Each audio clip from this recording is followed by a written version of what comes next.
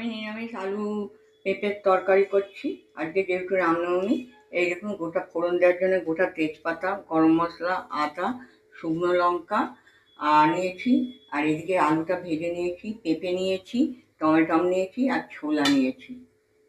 জিরে নিয়েছি, হলুদ নিয়েছি, লঙ্কা নিয়েছি, চিনি নিয়েছি, নুন নিয়েছি, ধনে নিয়েছি।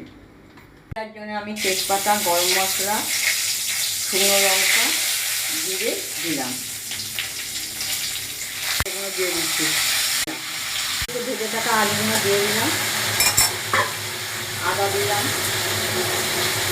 হলুদ দিলাম, লঙ্কা,